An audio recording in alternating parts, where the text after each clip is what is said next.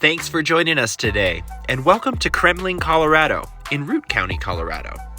What we were just looking at moments ago was quite literally the cows coming home. It's not uncommon to see cows being moved from pasture to pasture this time of year, but what was striking to me was the size of that herd and just how few people they needed to move that many animals. As we make our way east on Highway 40 and the town of Kremmling fades into our rearview mirror, we'll pass an area known as Old Park, Colorado. Taking a right onto CO 134, you'll begin your ascent through the Gore Pass and make your way deep into the Old Park, Colorado region. The land we're looking at was originally used by the Ute Indians, who camped in the valley for more than 1,000 years prior to the arrival of the first settlers. During the warm months, they migrated from Utah to hunt the bisons here in the Gore Pass. Early settlers, who were fur trappers, observed the Ute Indians bathing in local hot springs and creeks. But soon after this observation, they disappeared from the area with little trace. However, clues to their existence remain evident and are of interest to archaeologists to this day. The valley is littered with both the remnants of settlers as well as Native Americans. Something I found particularly interesting about this old shed here was this radio. It appears to be a shortwave radio, which means they would have been able to hear transmissions from around the world. And odds are, at the time this was being used, it would have been their only source of media, the only way they could have gotten any information here. Most of what we're looking at today dates back to the late 1800s. So, in terms of Colorado settlements, this is relatively new. Unlike a lot of what I look at, this is primarily used as agriculture land, not for mining. While the area did have its fair share of mining districts, it was kind of a natural progression when you think about it. The area was originally used by Ute Indians who hunted the bison, who grazed here naturally. And then later, once white settlers came, they saw the land as valuable for raising hay, cattle, and dairy cow. And pardon me if I don't know the proper terms for this livestock, but there's a lot of different ways to say cow in English.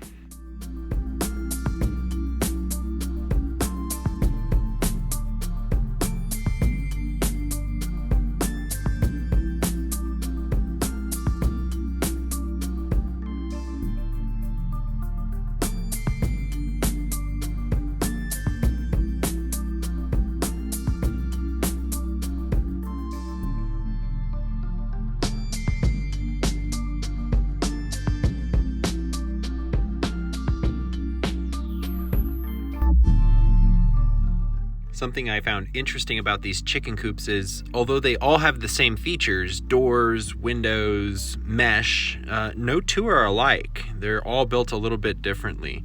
Some use wood for latches, some use wire. One of them I saw over here even had a nail that it was using as a lock. You can really see how this particular settlement used everything they had around them to the fullest, and they really needed to. It was settled in 1897, during a period called the Great Western Expansion. At this time, the U.S. government was offering free land in exchange for you cultivating it and essentially settling it for the U.S. government. Wagon loads of people were fleeing the East Coast with furnishings, their household goods, and their entire family at the promise of free land that could be used, such as this one was, for agricultural purposes or potentially mining. The grouping of settlers who settled in Ute County and, to some degree, Grand County were here for agricultural purposes. They were here to capitalize on the rich and fertile grasslands that surround these valleys. Today, we're only looking at one such ranch, the Burke Springs Creek Ranch, but there are hundreds of settlements and ranches similar to this that dot these valleys, and particularly in the Old Park area. This settlement consists of 9 standing buildings, the chicken coops we had a look at earlier, and fencing. There's a lot of burnt out plots, collapsed buildings, and partially collapsed buildings, such as this one we're looking at now. Found the 2 flagpoles on either end of this building really striking, and you can tell it was at one point whitewashed with a almost bluish aqua color on the trims. And if you were to peek inside here, you can get an idea of what that bluish aqua color looked like when it was new. If you look at that door frame there on the left. You can can tell that not only was this built by hand and was a labor of love, but also was kept up for many years after it was originally built. The occupants of this home would have bared witness to so much U.S. history, and not just the Great Western Expansion. They would have seen the Dust Bowl, the Great Depression, World War I, and World War II. In fact, this was occupied up until the 50s. According to some of the local folk that I spoke with, it was once a dairy farm. In fact, for most of its life, it was a dairy farm. However, like many of the ranches in the area, it became too costly to keep dairy cows, and they switched to raising cattle for beef. When you think about it, it has a lot less labor and overhead to not have to milk the cows, store the milk, transfer the milk, and so on, when you're simply just raising the cattle and then using it for its beef. It's a little bit less costly. At that time, other areas of the country, such as Wisconsin, were getting really good at raising dairy and effective at collecting the dairy products. And so we decided to focus here in Colorado at what we were good at, which was ranching and grazing. And while we still raise dairy cows here in Colorado to this day, not to the degree we once did. This is really the beginning of the end, or the last example of one of these homemade and family-operated dairy ranches.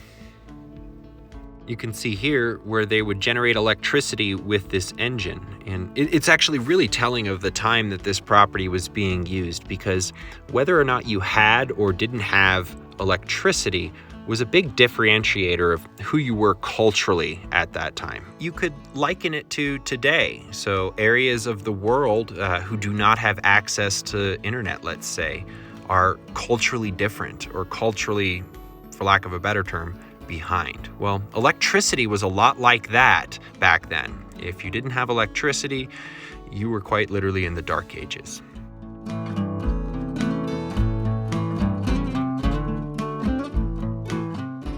To the best of my knowledge and the locals' recollection, the Burke Springs Creek Ranch has been falling into ruin since the 50s. In 1983, the land was purchased by a young and enthusiastic conservationist who recently moved to Colorado.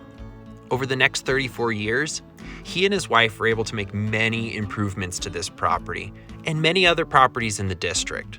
However, these improvements mainly revolved around irrigation and water supply. And don't get me wrong, that's very important for both livestock and wildlife alike, to have a clean, reliable stream and water supply. But these buildings did fall into ruin. With that said, the property owner was once quoted in the local newspaper as saying, "We have a sustainable form of agriculture in this area, with simple irrigation to grow enough hay in the wintertime and keep the cows fed and enough range to sustain them during the summertime." In other words, he has a self-sufficient piece of property and has helped to make others in the area's property as self-sufficient as his. And so if it was a choice between conserving water and conserving these buildings, I think he made the wise choice.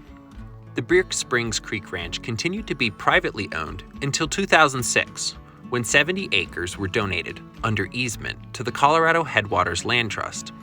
The Land Trust performs annual water monitoring and basic land management.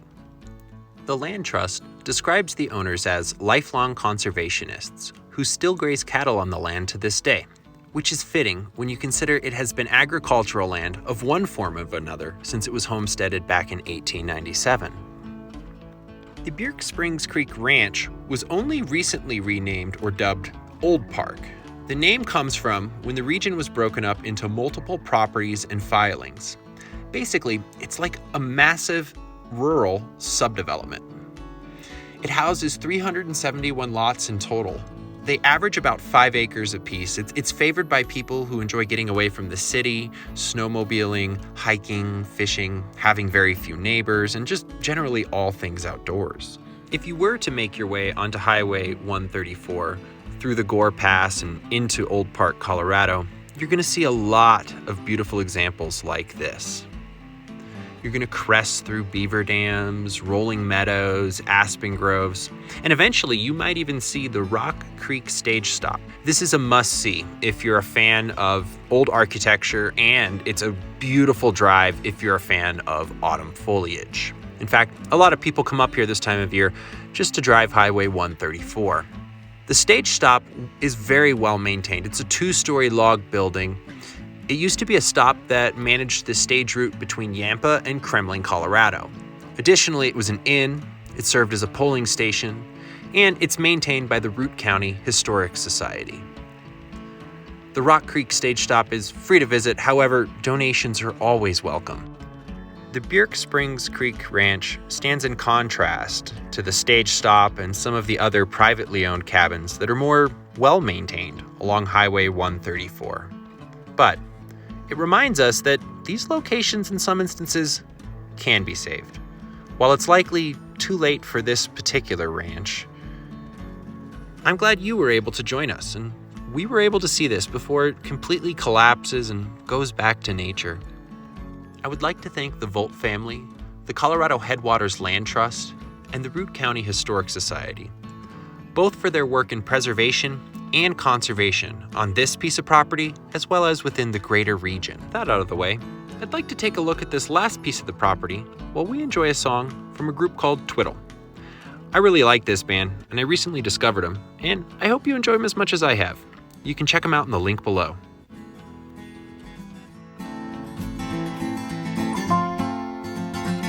You wait to greet the brand new day. Look up, realize you're late. Rush out to make you plain. Can't find your keys again. The rent's been due for weeks. You need this gig to eat. Your car starts to leak. The engine's really weak. It won't start up in time. You try to find a ride. The bills weren't paid on time. Your cell phone's lost the line. The problems won't go away. You keep piling on your plate. You just want to escape.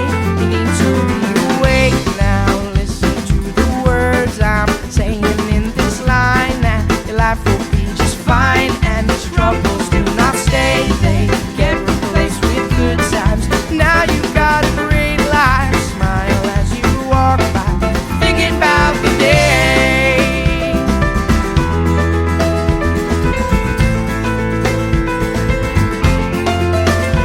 It's late, your legs won't rest today. Your body seems to ache. Don't mind will win the race, burning by your sleep again. The night blooms from the sun. A long dark night undone. Another day of fun, waiting for some luck to come. You keep hoping for a day when things will go your way and all decisions have been made. Karma's finally found its way. The drinks they pass the time. They help you to unwind. The guilt is killing me inside your eyes. They need to reawake now.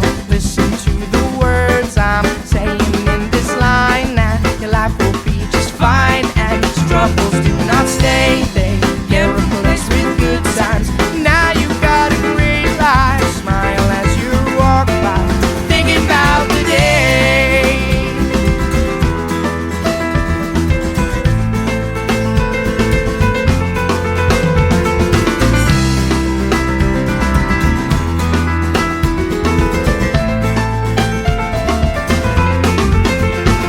It's gray, the rain pours down my face. The tears become a race. The cleansing of my face, splashing down into my grin.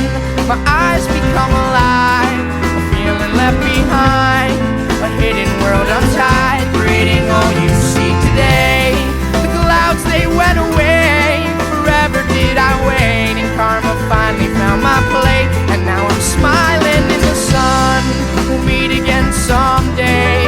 Smile, then I'll say, when it rains, it pours all day until love can find its way. Now listen to the words I'm saying in this line. That your life will be just fine, and its troubles do not stay. They